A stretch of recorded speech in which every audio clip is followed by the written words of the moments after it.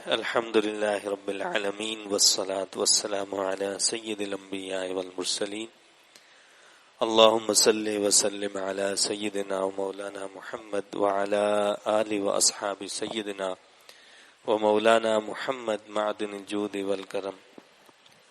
اللہ رب العزت کا احسان و شکر ہے کہ اس رب کائنات نے رمضان مبارک جیسا بابرکت مہینہ ہمیں عطا فرمایا۔ اللہ رب العزت اس ماہ مقدس کی قدر کی ہمیں توفیق عطا فرمائے۔ یہی وہ عظیم مہینہ ہے کہ جس میں لوح محفوظ سے پہلی مرتبہ قرآن کا نزول شروع ہوا اور حضور انور صلی اللہ علیہ وسلم کے پاس جبرائیل امین علیہ الصلوۃ والسلام آئے اور آ کر انہوں نے کہا کہ اقرأ بسم ربک الذی خلق، کہ اللہ کے نام سے پڑھیے۔ اور یہی وجہ ہے کہ جب ہم قرآن کو پڑھتے ہیں تو سب سے پہلے اللہ کا نام لیتے ہیں، یعنی اعوذ باللہ پڑھتے ہیں، پھر بسم اللہ پڑھتے ہیں اور اس کے بعد قرآن کا آغاز کیا جاتا ہے۔ اور اللہ کے نبی صلی اللہ علیہ وسلم نے ہمیں اس بات کی تعلیم بھی دی ہے اور فرمایا کہ ہر اچھا کام جو ہے وہ بسم اللہ سے کرنا چاہیے، اس لیے کہ بسم اللہ سے اس کام میں برکت پیدا ہو جاتی ہے۔ فرمایا کہ جب گھر کا دروازہ بند کرو تو بسم اللہ پڑھو، شیطان داخل نہیں ہو سکتا۔ جب کھانا کھاؤ تو بسم اللہ پڑھو، شیطان اس کھانے میں شامل نہیں ہو سکتا۔ جب اپنے برتن رکھو ان کو بسم اللہ پڑھ کر ڈھک دو تو شیطان اس میں اپنا کوئی عمل نہیں کر سکتا۔ تو بسم اللہ کی بڑی فضیلتیں بتائی گئی ہیں۔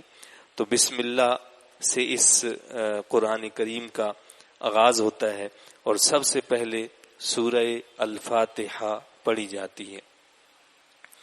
الفاتحہ یہ وہ سورت ہے کہ جس سے قرآن کا افتتاح ہوتا ہے، قرآن کا آغاز ہوتا ہے۔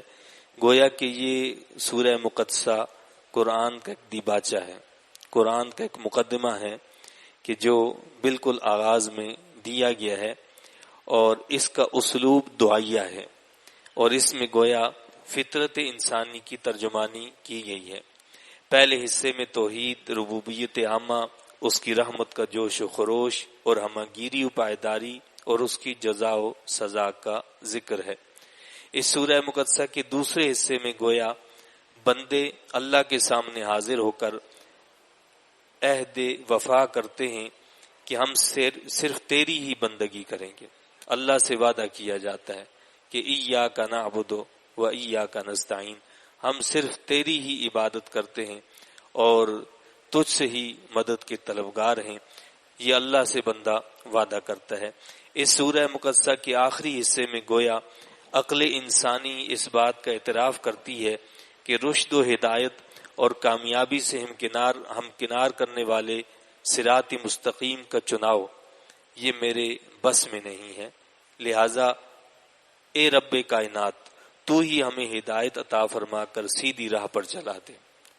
یعنی عقل انسانی جو ہے وہ اس بات کا اعتراف کر رہی ہے کہ میں خود سے صراط مستقیم کا چناؤ نہیں کر سکتا، میں خود سے اس کا انتخاب نہیں کر سکتا۔ اہدنا الصراط المستقیم، اے مولا تو ہمیں صراط مستقیم پر چلا دے۔ اس کے بعد سورہ البقرہ شروع ہوتی ہے۔ بقرہ گائے کو کہا جاتا ہے، ایک گائے کا تذکرہ اس سورہ مقدسہ میں کیا گیا ہے، اس کی مناسبت سے اس کا نام البقرہ رکھا گیا ہے۔ تو سورہ فاتحہ میں ہم نے اللہ سے دعا مانگی تھی، صراط مستقیم اللہ سے طلب کیا تھا، تو گویا رب کائنات نے اس دعا کو اپنی بارگاہ میں قبول فرما لیا اور اس کے جواب میں پورا قرآن کریم ہمیں عطا فرما دیا، جس میں اس صراط مستقیم کی تفصیلی نشاندہی کی گئی ہے۔ اللہ نے بتایا ہے کہ وہ صراط مستقیم کیا ہے، کن چیزوں پر عمل کرو گے تو صراط مستقیم پر رہو گے اور کن چیزوں سے بچو گے تو صراط مستقیم پر قائم رہو گے۔ یہ ساری تفصیلات اللہ نے اس میں بیان فرما دی۔ اس سورہ مبارکہ کے پہلے حصے میں جو تقریباً 152 آیات اور 18 رکوع پر مشتمل ہے، ان میں خطاب کا رخ براہ راست یا بالواسطہ اہل کتاب بالخصوص یہودیوں کی طرف ہے، اور پہلے 4 تمہیدی رکوعوں میں 3 قسم کے انسانوں کا ذکر کیا گیا ہے، یعنی سب سے پہلے متقین اور کامیاب لوگوں کا ذکر ہے کہ وہ کون ہیں اور ان کی علامات کیا ہیں، ان کی نشانیاں کیا ہیں۔ جو قرآن کی ہدایت سے صحیح طور پر مستفید ہوئے ان کے اوصاف کو بیان کیے، یہ غیب پر ایمان رکھتے ہیں، اور یہ سب سے پہلے کیا کرتے ہیں، غیب پر ایمان کے بعد پریکٹیکلی عملاً اپنے کردار سے یہ ثابت کرتے ہیں کہ یہ نماز پڑھتے ہیں۔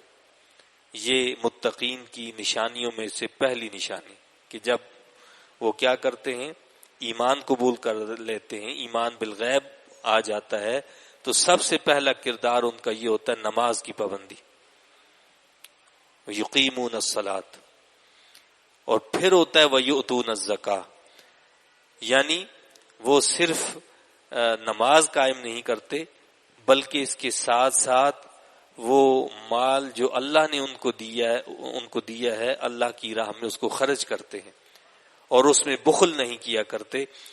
اس کے بعد دوسرے گروہ کا ذکر کیا جو کفر پر اڑ جانے والے لوگ ہیں، جنہوں نے اپنی شامت اعمال سے اپنے اوپر ہدایت کا دروازہ ہمیشہ کے لیے بند کر دیا، اور اس کے بعد ایک تیسرے گروہ کا ذکر کیا جن کا دعویٰ تو ایمان کا تھا لیکن وہ ایمان سے بالکل محروم تھے۔ اس قسم کے انسانوں کا ذکر سب سے زیادہ تفصیل سے کیا گیا، گویا اس میں سبق ہے کہ اگر ظاہری اور دنیاوی مفادات کے لیے کوئی کلمہ پڑھتا ہے یا عبادت کرتا ہے تو یہ عبادت و ایمان قابل قبول نہیں ہے۔ یعنی وہ لوگ جن کو ہم منافقین کہتے ہیں، وہ اللہ کے نبی صلی اللہ علیہ وسلم کے ساتھ نماز بھی پڑھتے تھے، وہ جہاد میں بھی شامل ہوتے تھے، وہ روزے بھی رکھتے تھے، وہ صدقہ و خیرات بھی کرتے تھے، لیکن ان ساری عبادات کا مقصد ظاہری مفادات تھے، ریاکاری تھی، نمود و نمائش تھی، تو لہٰذا اللہ نے اس کو رد فرما دیا۔ اور ان لوگوں کا تذکرہ بڑی تفصیل کے ساتھ اللہ نے کیا، اس کا مقصد یہی ہے کہ تم ان کے کردار کو نہیں اپنانا۔ اگر تم نے ان کے کردار کو اپنا لیا تو تم محنت بھی کرو گے، تم پیسہ بھی خرچ کرو گے، تم تکلیف بھی برداشت کرو گے، لیکن اس کا حاصل حصول کچھ بھی نہیں ہوگا۔ تو لہٰذا اس ماہ مقدس کے اندر ہمیں اپنا محاسبہ کرنا ہے کہ کہیں وہی منافقین کا عمل و کردار کہ ایمان کا دعویٰ تو وہ کرتے تھے اور ایمان کے دعوے کے ساتھ وہ کچھ چیزیں نماز روزے کا اہتمام بھی کرتے تھے، لیکن چونکہ دنیاوی مفادات کے لیے ہوتا تھا اس لیے اللہ کی بارگاہ میں ان کو قبول نہیں کیا گیا بلکہ ان کو رد کر دیا گیا، مردود قرار دیا گیا۔ تیسرے اور چوتھے رکوع میں قرآن مجید کی دعوت کا خلاصہ ہے۔ اس حصے میں نشاندہی کی گئی ہے کہ جس طرح ابلیس حضرت آدم علیہ السلام کے اعزاز و اکرام پر جل بھن کر کباب بن گیا تھا، اسی طرح یہودی محمد عربی صلی اللہ علیہ وسلم کے اعزاز و اکرام پر حسد کی آگ میں جل اٹھے ہیں کہ یہ منصب نبوت ان سے چھین کر محمد عربی صلی اللہ علیہ وسلم کو بنی اسماعیل کو کیوں دے دیا گیا۔ پانچویں رکوع میں یہودیوں کو حضور انور صلی اللہ علیہ وسلم اور قرآن پر ایمان لانے کی دعوت دی گئی ہے۔ چھٹے رکوع کی ابتدا سے 15ویں رکوع کے آغاز تک تقریباً 9 رکوعوں میں یہود کی تاریخ کے بعض اہم واقعات کا ذکر کر کے ثابت کیا ہے کہ انہوں نے اللہ کے انعامات کی ناقدری کی، جس کی پاداش میں ان سے وراثت ابراہیمی چھین لی گئی اور یہودیوں کو پتھر سے زیادہ سخت دل قرار دیا گیا۔ یعنی جتنا مضبوط پتھر ہوتا ہے، اللہ نے کیا فرمایا ہے کہ ان کے دل اس پتھر سے بھی زیادہ سخت ہے۔ اور پھر بتایا گیا ہے کہ مساجد میں ذکر و نماز سے روکنے والے یہ سب سے بڑے ظالم لوگ ہیں اور دونوں جہان میں رسوا ہوں گے۔ اللہ کے گھروں میں بھی جو ہے کوئی ذکر و اذکار نہ کرنے دے، عبادت نہ کرنے دے، اللہ کے گھروں کو تالے لگا دیے جائیں، اللہ کے گھروں میں جنگ اور فساد شروع ہو جائے، تو یہ لوگ اگرچہ بڑی بڑی داڑھیوں والے ہوں، بڑے بڑے جبے کبے پہن رکھے ہوں اور سر پر امامے بنا رکھے ہوں، یہ اللہ کی بارگاہ میں مردود لوگ ہیں، جن کو ذلیل و رسوا قرار دیا گیا کہ یہ دونوں جہان میں رسوا ہوں گے، یہاں پر بھی رسوا ہوں گے اور آخرت میں بھی رسوا ہوں گے۔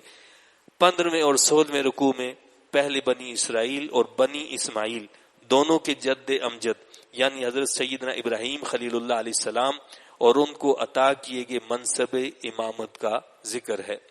پھر تعمیر کعبہ اور اس دعا کا ذکر ہے جو حضرت ابراہیم و اسماعیل علیہ السلام کے لبوں پر اس وقت جاری ہوئی جب وہ کعبۃ اللہ کی تعمیر کر رہے تھے۔ انہوں نے اللہ سے دعا مانگی، اے رب ہماری نسل سے ایک رسول بھیج، ربنا وابعث فیہم رسولا منہم یتلو علیہم آیاتہ ویزکیہم ویعلمہم الکتاب والحکمہ، جو لوگوں کو تیری آیات پڑھ کر سنائے، انہیں کتاب و حکمت کی تعلیم دے، ان کا تزکیہ کرے۔ یعنی محمد عربی صلی اللہ علیہ وسلم کو رسول بنا کر بھیجنے کی دعا حضرت ابراہیم خلیل اللہ علیہ السلام بھی مانگ رہے ہیں، اور حضرت سیدنا اسماعیل علیہ السلام بھی اللہ سے دعا مانگ رہے ہیں کہ اس طرح نبوت کا اختتام ہماری نسل میں کرنا، کہ خاتم الانبیاء محمد رسول اللہ صلی اللہ علیہ وسلم کو بھیجنا، جن کی ذمہ داری اور جن کی ڈیوٹی، جن کا فرائض منصبی کیا ہوگا کہ وہ اللہ کے قرآن کی آیات کو پڑھ کر سنائیں گے۔ قرآن کریم کی آیات کو سب سے پہلے یہ فرمایا کہ یتلو علیہم آیاتہ، وہ کیا کریں گے؟ وہ یتلو علیہم، ان پر تلاوت کریں گے، قرآن کو پڑھ کر سنائیں گے، اور پھر اس کتاب کی حکمت بھی بتائیں گے، اس کی تعلیم بھی دیں گے، اور اس کتاب کے ذریعے سے ان کے نفوس کا تزکیہ فرمائیں گے۔ تو اب جو قوم اپنے آپ کو مسلمان کہلاتے ہوئے اس قرآن کو، اس کتاب کو پڑھنا ہی نہ چاہے، اس کی تعلیم حاصل نہ کرنا چاہے، تو اس کا تزکیہ کیسے ہو سکتا ہے؟ اس کو پاکی اور صفائی کیسے مل سکتی ہے؟ پاکی اور صفائی کا جو نسخہ اللہ نے دیا ہے وہ اپنی کتاب قرآن حکیم ہمیں عطا فرمایا ہے۔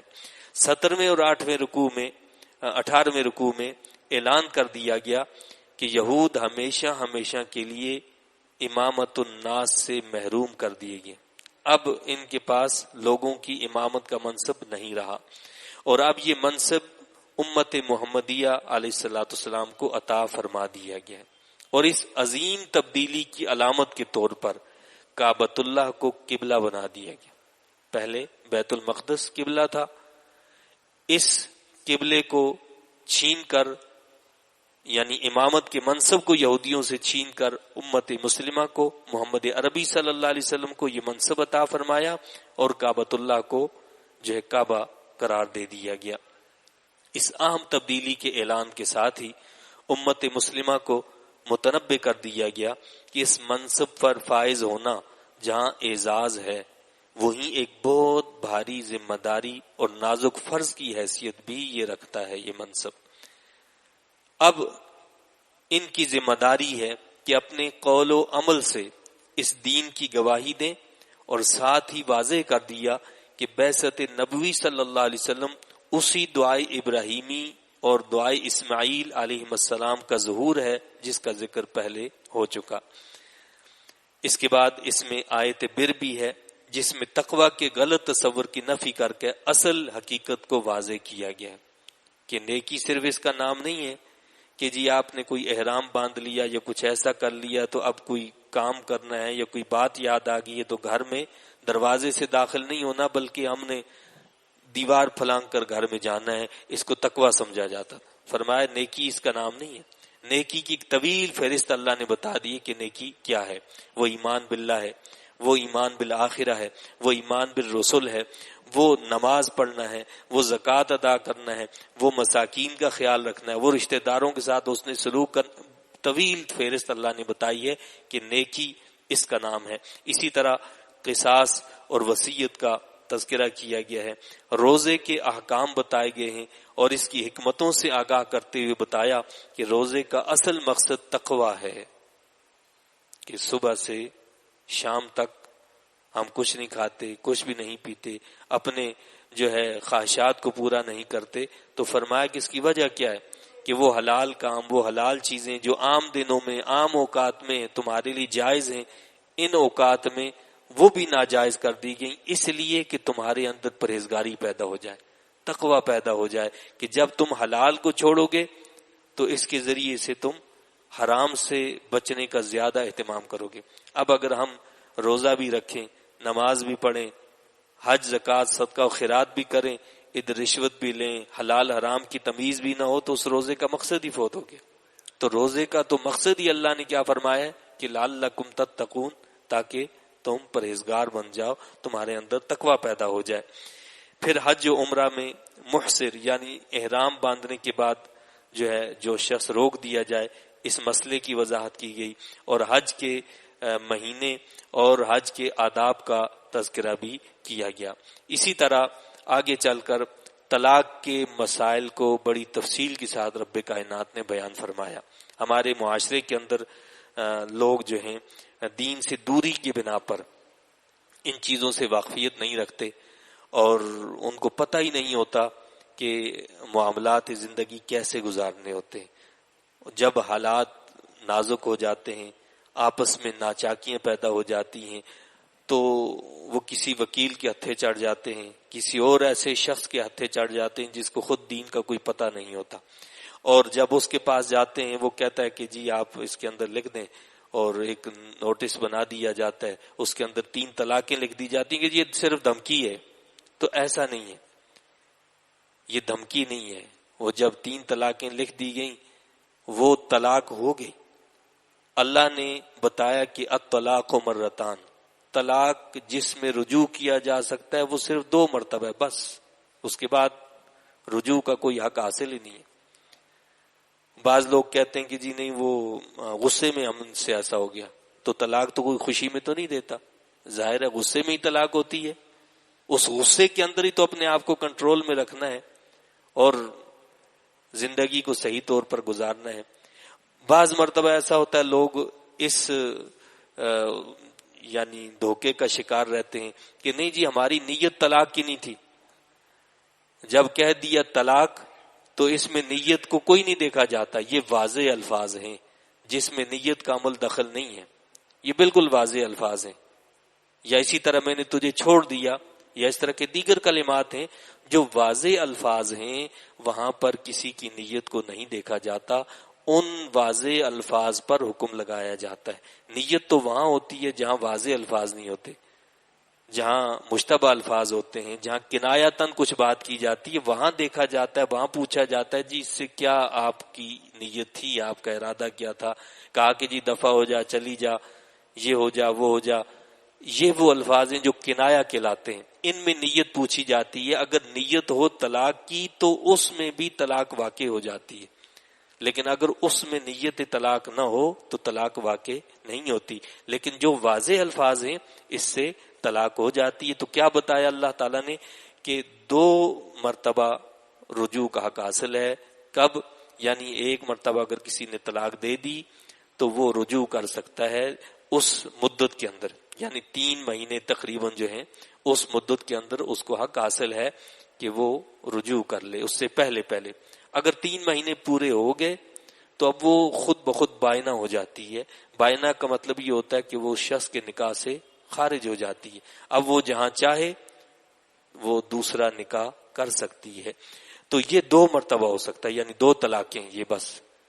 اور جس نے تیسری طلاق دے دی تو تیسری طلاق کے بعد رجوع کا کوئی حق حاصل نہیں ہوتا، اور وہ ہمیشہ کے لیے اس شخص کے لیے حرام ہو جاتی ہے۔